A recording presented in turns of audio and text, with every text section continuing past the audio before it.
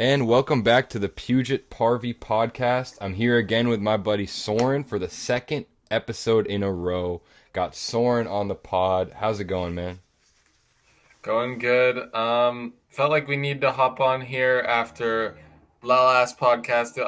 Admittedly, I was a little optimistic. Now we might tone it down. We'll see how we're feeling here. Yeah, we recorded that right before the road trip really went to a disaster state.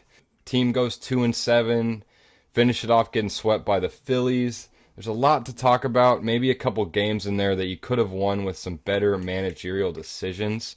Um, so let's start with bullpen management. What did you see in that Phillies series that was troublesome?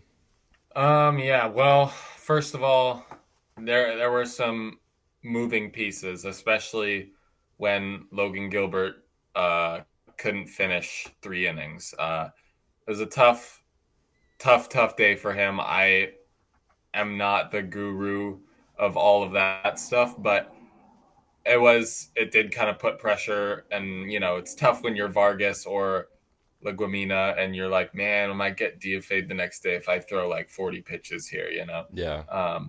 But yeah, that a lot of moving pieces. Obviously, we get a couple call ups from Lau, and I think we sent Coar down. One of the main things me and JD were talking about prior to this episode being recorded was the move to go to Saucedo in the third game. And I want to preface by saying I love Taylor Saucedo. He played his high school team was my high school's rival team, so all love there, and he seems to show back up and support the community there, and all love. And I'm glad he's back on the team overall. Like he has that good presence, and he's a lefty arm that he's never been insane, but he has shown he can be a solid reliever. But this year it has not quite been that standard. He gets the call back up, has a appearance, and then comes in for this game. And it doesn't go his way. And it's a little frustrating because Dan Wilson totally has the opportunity to go to a higher leverage arm in this scenario to face the heart of the lineup. Uh, and he doesn't. It seems like he plans to plan to play for tomorrow and play for the next day. Oh, we Right. got a big homestand coming up. Let's save our arms. And there's stretches where your most valuable reliever, Andres Munoz or Matt Brash, whoever you want to say, doesn't pitch for doesn't don't they don't pitch when we play poorly. They need to be in those games when we're down one, when we're you know, I understand that it's important to have Munoz for the ninth, etc. So, there's other options there, but you can't just play for that day when you have already lost 2 games. Salvaging that last set and having a happy flight home makes a big difference. What do you think, JD? Yeah, I think at this point in the season, it's really hard to justify playing for tomorrow, right? Like you have 35 games left, right? So, I mean, if you're not using your high leverage guys now, when like what is your ultimate goal, right? Like every game counts, especially at this point in the season. And so it's really hard for me to justify waiting, oh, maybe we'll need to pitch him next inning. That's a situation where Spire threw 10 pitches the day before, or maybe around there, might have been 11. If he can't go back to back after throwing 10 pitches, then I don't know if he can go back to back ever. Like if Spire's available and the decision was to go to a lefty and it's not Spire and Ferguson's already used, I don't understand that. Saucedo is a great guy by all accounts. Everyone loves him. He's got a really funny Twitter account. Um, with that being said, he hasn't been the same since 2023. And one thing I do want to touch on about Saucedo is he received death threats after that appearance, and under no circumstances is that okay by any fan base, by any person. It's just a game, and these are human beings. So I just want to mention that as well. The Um, Yeah, the crazy thing apart that about that is I feel like I've definitely seen him repost something like that on his story before. Like getting the wife involved, like saying just nasty things. Like Yeah. I'm glad he doxed that account because I looked it up after and it didn't exist. So good on him. Like terrible, terrible. Yeah. It's a game, people. He said he wants to execute more than anyone, probably more than Right. the viewer watching. You Yeah, know, exactly. so That's his livelihood, right? Like, obviously, he's not going into games thinking, oh, I don't want to get another contract, oh, I don't want to perform, So, if anyone's upset about the situation, it's definitely him. But overall, I don't think that's necessarily on Saucedo, right? I think that's a Dan Wilson issue. You have to put your best players in the spots where they can perform and help the team. And I understand it was the bottom of the lineup, but the Phillies lineup hit 48 hits on the series. So I don't think it matters what part of the order was hitting, anyone can hurt you in that scenario. And if you're serious about winning that game, you put Inspire there. yeah, and Philly's got a deep lineup to credit them. They just got Bohm back, which extends their depth. They got a salt like Bryson Stott is all the way down in the 7 through 9 hole every game, like, and he's not a guy you want to lay off of. So And you Bader's know, on their bench. Like, it's mm, yeah, that's deep. Philly's played well this series though. They brought their A game. Uh, yeah, and they attacked us with three left-handed pitchers, which I don't know what your thoughts on that are, but. Um, That is kind of how do you think the this is a little off topic here, but how do you think the Mariners played their lineups, and how do you examine when they played Moore and Solano all the time? Like, what were your initial thoughts there, and was that the correct move? Well, I somehow I want to preface it with this. Somehow on paper, their offense against left-handed pitching isn't that bad this season, which is kind of alarming because the eye test says, oh, whenever they throw out their right-handed lineup, like it feels like a much weaker lineup. Um, I don't have an issue with Solano getting a little bit of playing time, but his splits this year are reverse, and he's not hitting well against lefties, and he's mashing righties. I mean, mashing is a strong Just word. what we need, right? Yeah, right. Like I and Dylan Moore, I appreciate your time in Seattle, Dylan Moore. I think you had a great run, but I cannot stand to see another Dylan Moore at bat. I just can't. I can't do it. Hey, but I also can't stand for Dylan Moore hate. Just keep appreciating what he's done, Mariners fans. It's been huge. But I would love to see Leo Rivas get a run soon. One of my favorite Dylan Mariners moments over the last few years was that grand slam against the Astros. Mm. When they were, I think, down one in Yeah, like against late Brooks Raley. innings. Yeah, Fuck no, that guy. fuck him. Yeah, like I don't want to discredit anything Dylan has done for this organization. He has been like a Swiss Army knife for years now. I just think there comes a time where every player that has had a good run with an organization reaches the point where they're no longer contributing, and I just think that's the point we're at with Dylan. And another guy where it is a game at the end of the day. Please don't be wishing ill will on him or his family. It is just a game. At the same time, please DFA him. Yeah. Um, Kind of segueing into that, the Mariners lineup versus left-handed pitching uh, is something I kind of think about, and then I also think about the Astros and how right-handed they are, and how the Mariners could attack them in a series with any of their five right-handed starting pitchers. Right. But the Astros have been skidding recently. They had a 31 inning scoreless streak, as many of us saw, um, and we are still just 1.5 games back. Um, what are your takes on the Astros as an organization right now? And do you think they should be more concerned, or the Mariners fans should be more concerned? I think Astros fans might be justified to be a little bit more concerned. Um, I think because they had this opportunity to break away, and the Mariners still find themselves in the same spot they were last week in the division. And if you look long term at the Astros lineup, I didn't think the Carlos Correa trade was really that impactful. I mean, I think his best days are behind him. He's had some great moments in an Astros uniform in his last tenure. I'm not too concerned about him. They lost Josh Hader, who's like their bullpen Mm, is very good, and that would be my biggest concern about the Astros. But without Hader, is Abreu your closer? And the Mariners have done well against Abreu this year. I don't see it. They haven't had great offensive stats for most of the season. Their pitching has carried them. And other than Hunter Brown and Valdez, what other starting pitchers scare you on that team, on that roster?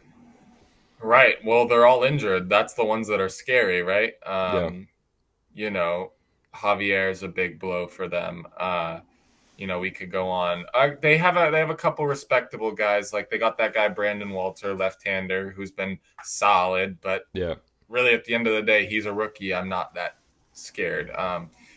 And a Spencer Arrighetti, right? yeah. He's injured as well, and he hasn't been in their rotation for a bit. But I think um, he is back actually, Arrighetti, just recently. His ERA is over 6 since being back. I'm pretty sure. okay, so at this point, those are the two-headed horse I would be more scared against. But the Astros are very unathletic right now. And that's something that I've been thinking about a lot. You're playing Jose Altuve in left field. No arm. Once Jordan comes back, he will likely they've been DHing Jose Altuve for the most part. Um, but once Jordan comes back, it's either Jordan or Jose in left field. You pick your poison. And with that, they have Correa at third with Isak Paredes heading back from the IL at some point in late September or early October. And Pena's athletic, and you have Christian Walker, Gold Glover over there. So there's that. And then you have an outfield just of a bunch of wish-washy guys. You got Trammell. I heard he hit his head the other day or something against the wall. Might have to check in on that. Yeah. Uh, Jake Myers, solid, has been better than they thought this year. And then Cam Smith, who's been solid in right field. And they also got that rookie infielder, Matthews, Bryce who's been Matthews, solid. yeah. So um, they're very right-handed, though. So I think the Mariners I mean, we've played well against the Astros the last couple of years. So I think the Astros fans should be much more concerned. And I will mention the Mariners just had a really good homestand, which made it okay to slip a couple games. And guess Yeah. what? They didn't. They did not slip away games. It just kind of like we fast forward a week and nothing happened. Obviously, it would have been nice to gain a couple games and take that division lead back. Oh, absolutely. We'd be feeling so much better. But it's still game time. We still got to stay locked in, and that's where we're at right now.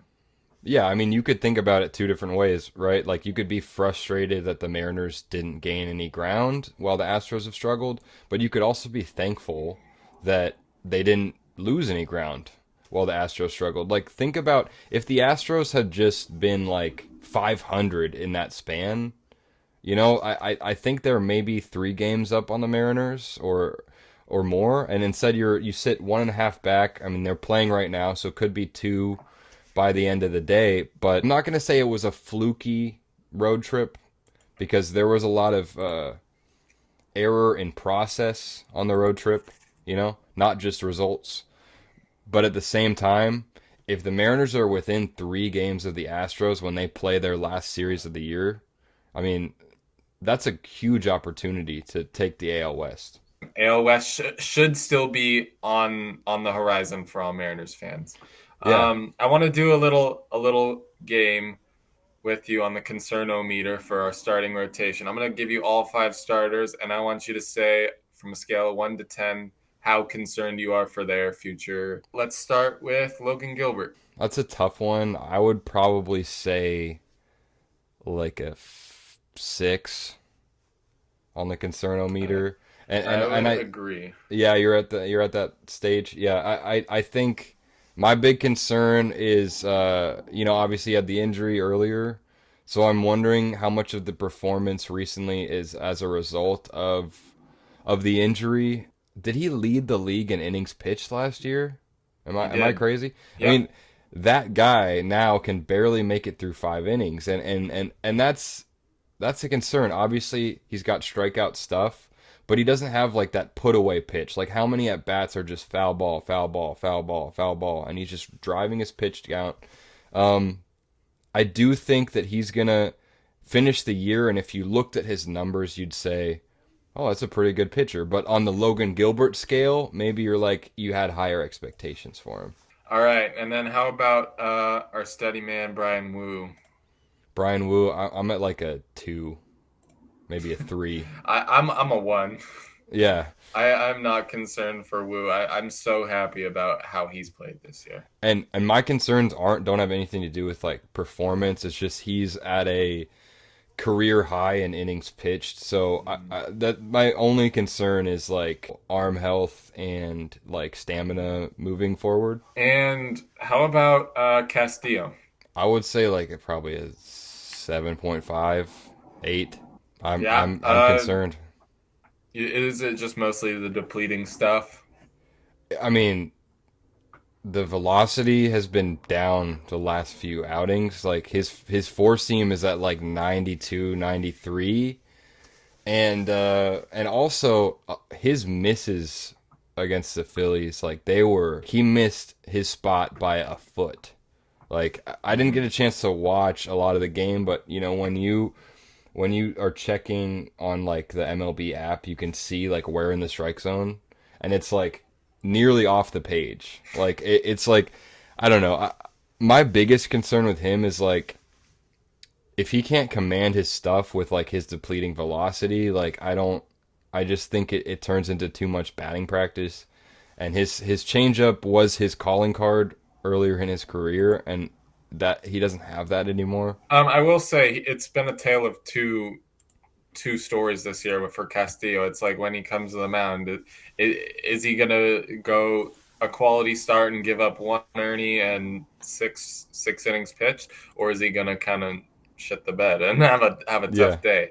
But yeah, he's definitely a different pitcher also compared to when he was pre Seattle or even his first year when that changeup was just unbeatable. And when he locates, he's on this year. He's got that fastball at the top of the zone with I'm sure it's called like, I'm sure that's what like induced vertical break is, where Yeah. it just kind of like has that rising effect because of his low arm slot, like 15 degrees or something. His pitcher stats are still fine, but the underlying metrics are a little depleting. So we'll see. I don't know if I can give an exact number, but I'll say 7 for now. Is even when he has quality starts, it's like he's still giving up hard contact right at people. His underlying stats don't look great, but like maybe his line is fine. His ERA and Ks per nine walk rate is fine. Yeah, we won't do Bryce Miller, but give me your final thoughts on George Kirby. Yeah, George. I mean, he was on a really good streak there before the Mets start. I'm not too concerned about George because the things that he struggled with early coming back from injury seem to be a little bit better now. Um, Other than the Mets start, he wasn't leaving a lot over the plate. Those last few starts, like that's his bread and butter, dotting up the corners. And honestly, I like that his walk rate's gone up a little bit because it means that he's okay with not giving up a walk if it means not leaving, a cookie right in the middle of the plate. So I'm not too concerned about George. I would say probably like a 3 or 4, just because like he hasn't had the greatest year. That's only why it's that high. But at the same time, like I think that he can be like a number 3, number 4 starter, like a solid number 3 starter moving forward. And I did want to Okay. talk about Bryce a little bit. Just like Okay. I actually think that his start went much better than I expected. Like I didn't expect him to go like 6 innings shutout. I think the main concern before he got on the injured list was velocity, and it seems like his velocity stayed right where it needs to be. And I think he'll get back into a groove, and maybe we'll see him in the bullpen. Right. I've heard multiple folks say Bryce Miller is kind of a good bullpen option just because he's not built up. and his velo is there and his stuff's there, so it makes sense for me.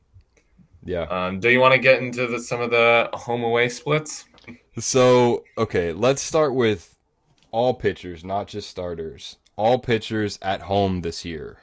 The Mariners in ERA are fourth in baseball. All like their whole pitching staff, fourth in baseball. Yes. Elite. Elite, right? Mm. You get away from T-Mobile Park and they are down to 24th in baseball. It's you need a middle ground. And if you look at their overall stats this year, they're 14th, I believe. Both of those numbers were a little bit closer to the mean. I mean, keep the home where they are, don't get me wrong, but Mm-hmm. um Do you yeah. have an exact like number for ERA on there? Yeah, on the road 4.61 ERA. And at home they are 3.38. Oof, So a whole that point is and a yeah, a point and change. a point and change. Yeah, it's worth mentioning for sure. Home field advantage is a thing. I don't care who you are. We got to throw the books away sometimes and just say, Yeah. is your pitcher motivated to go out there and shove? Because no, pitchers like loud stadiums too. They don't want to just hear silence and sighs from the crowd as he gives up a bunch of runs. But um, yeah, concerns definitely are there for the starting rotation, but some of them are on that upward trajectory, like George and hopefully Bryce, and Brian Woo's just been up there. So the good news is the Mariners can ride the hot hand into the postseason, but we just need to get there. We need to. I want the division. That should be the goal, and that should be where our heads are at. Yeah, I agree. I think especially after the trade deadline they had, it's like it's not AL West or bust, but it's like the expectation should be like you win the West. If not, hopefully a home series in the wild card series. Like that should be your goal. Yeah. Um, I also want to mention Emerson Hancock being moved to the bullpen in Tacoma. Interesting move. I could see why they would want to do that, just because the the end of the low leverage end of their bullpen is not exactly working out so great. If you get Emerson Hancock, who can jump into those early leads that the starters might give up, like if in that Gilbert game, you can yank him even earlier if you want to and cut right. down that lead. Maybe he comes in after 4 or 5-0, right? He can come in and just give innings, and he's got that sinker that's good, and he's got some. Obviously, he's shown earlier that he had a really good stretch with the Mariners, so hopefully, he can dial in. And also, Michael Fulmer was recently signed, so that's That's a something. good. I like the decision to put Emerson in the bullpen. Actually, this year, like his fastball velocity has been like pretty damn good. Um, Especially when he like went down back down to Tacoma, came back up. Um, really good velo Yeah. and his changeup is a really good pitch. And so I think you have in order to have a good changeup, you have to have a good fastball.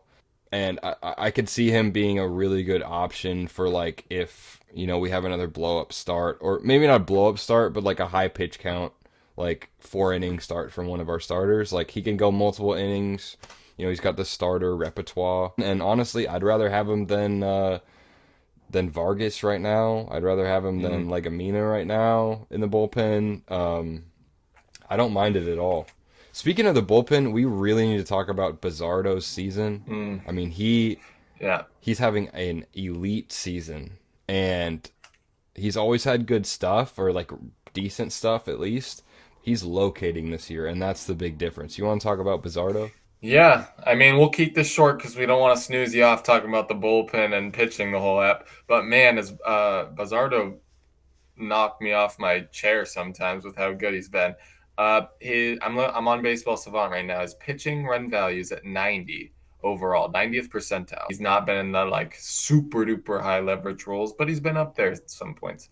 Yeah. But he's not inducing any chase and whiff, which is really interesting. But he is higher than average with strikeout percentage at 24%. Walking some guys, but he's inducing soft contact and dotting up. So that's really what what you can ask for. His fastball's been great, and his slider has been great, and that's really his calling card. And I think the Mariners are tapped into that really well.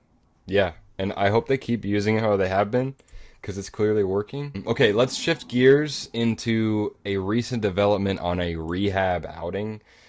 Victor Robles. I'm sure all of you have seen, if you're a baseball fan, you have seen the bat throw at this point. 10 Or game. not a baseball fan. Yeah, no, it's been everywhere on socials. It's great. Yeah, that's a good point. It's been everywhere. 10-game suspension. I'm not going to lie to you. I would take that and run if I were Robles. Like, I thought he was going Yeah, to get 20.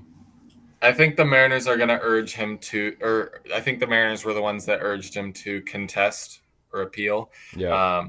But I will take 10 games. I thought it was going to be 10 games, if I'm being honest. Really?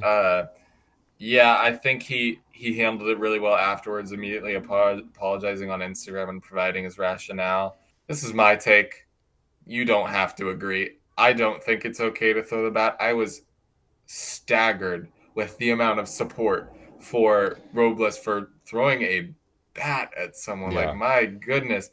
And I don't think that type of releasing your anger should be embraced. But I will say the ways I've been able to justify it to myself to this point is, you know, 5 90+ mile an hour pitches hitting you compared to one bat that maybe hits you, and worst case scenario hits your head, that would really suck.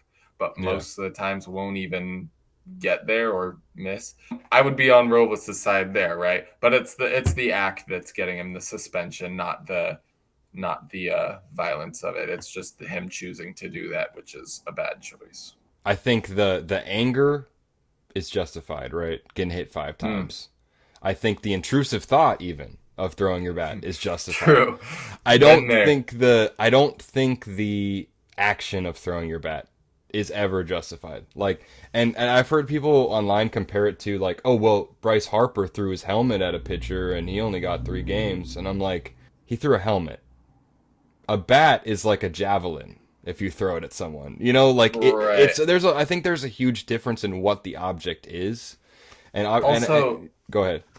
that just I mean, just thinking about it, helmets are circular, baseballs are circular. We know how to defend ourselves from a helmet. It's not going to knuckle or move or anything. A Yeah. bat is, it's hard. It's hard. Like, Yeah. if you've seen players like let go during the games, like, it will travel like crazy. So, Just to time it um, right if you were to try to catch it. Otherwise, the barrel's going to turn again and hit you in the face, you know? Like, right.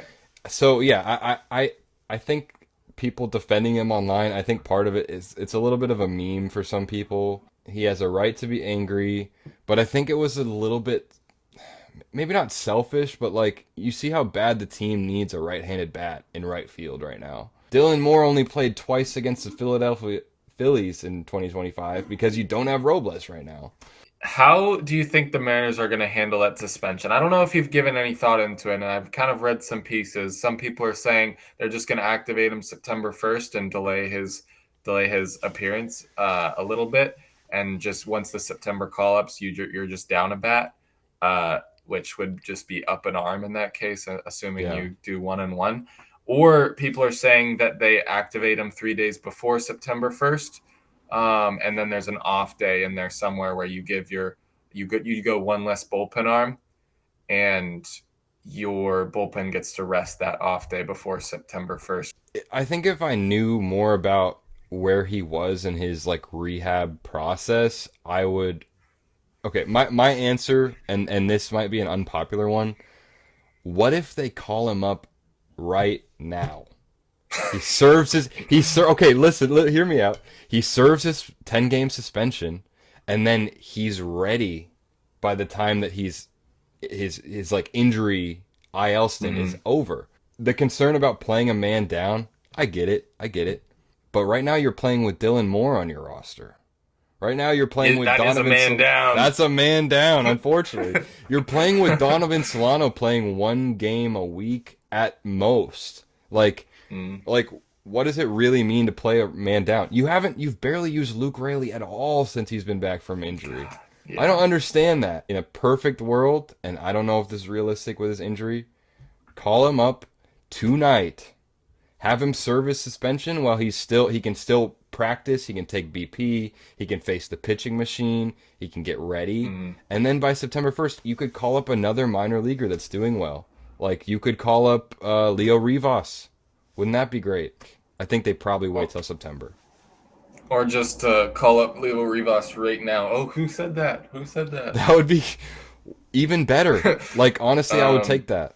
I'm not sure. I know Divish had a report that he would be available around the 25th or something, like early on in this homestand at some point. Uh, that's what I heard.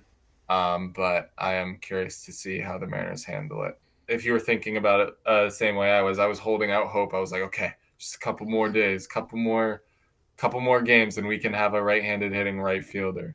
Hit Luke Raley there. I don't like. Let's do it.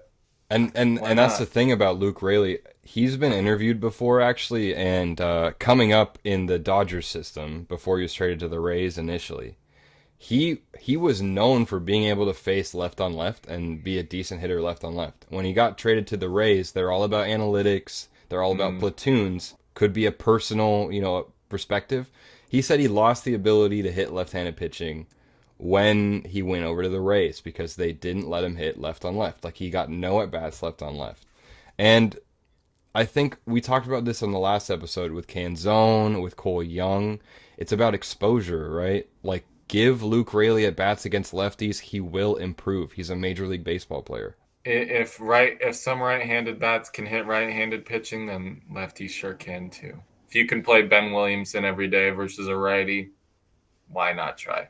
If you can play Ben Williamson every day against any pitcher, put in Luke Raley. Like I don't know. Yeah, I think we wanted to cover one last topic. Gino, good to see some good signs on this road trip. One of the bright spots in this lineup on the road trip. Tell me about what you're seeing from Gino. Yeah, he's kind of punishing the mistakes that we're used to seeing. We Yeah. need him to hit some homers if he's not providing the on base that like he hasn't really been. Um, don't get afraid yet, but he had a rough homestand and a good road trip. So hopefully he carries that road trip into this next homestand. Even though that homestand was quite rough. He still had good moments. He still had a couple extra base hits. Like he's still Suarez. He's mentally tough. I have no issues. What do you think? Yeah, let's just remind everyone it's a 19 game sample that Gino's been a Mariner again. So like if anyone wants to freak out about a 10 game homestand, that was 10 games, dude. The season's 162 games. Like, you got to give him more time. And clearly, giving him more time and letting him heat up on this road trip has really paid dividends. Sometimes I don't like the stubbornness from Dan with his lineups, but I like that he left him in the four spot and he's just letting him figure it out, and it's worked. Like you said, he's punishing mistakes. Yeah, I went 3 for 4 one day, and then had that a couple home runs versus the Mets. Right? One of them was garbage time. Who cares? If it helps him get hot, it helps him get hot. Who cares? Mm-hmm. Yeah, I mean, I think that they're going to turn it around in this homestand, and I think Gino's going to be a part of it. They're facing the Athletics. They can be a sneaky team, but They just lost some talent with the trade deadline, so let's take advantage. Yeah, shout out Gino, shout out Julio too for continuing to playing well. Cole Young, yeah, all that jazz. yeah, definitely. Julio now like 12th or 13th in WAR in the entire league, which is Oh, I crazy. think he's even higher, Really? right? Yeah, I mean, the big thing with the Athletics is they're 28th in Right. ERA, and they lost Mason Miller. Makes That's sense. gonna do it from our show today. Thank you so much for watching, everybody. Soren, thanks for coming back on. Appreciate it. Um, Yep. yeah, Julio 10th and warm, by the way, at 10th and warm. 4.4.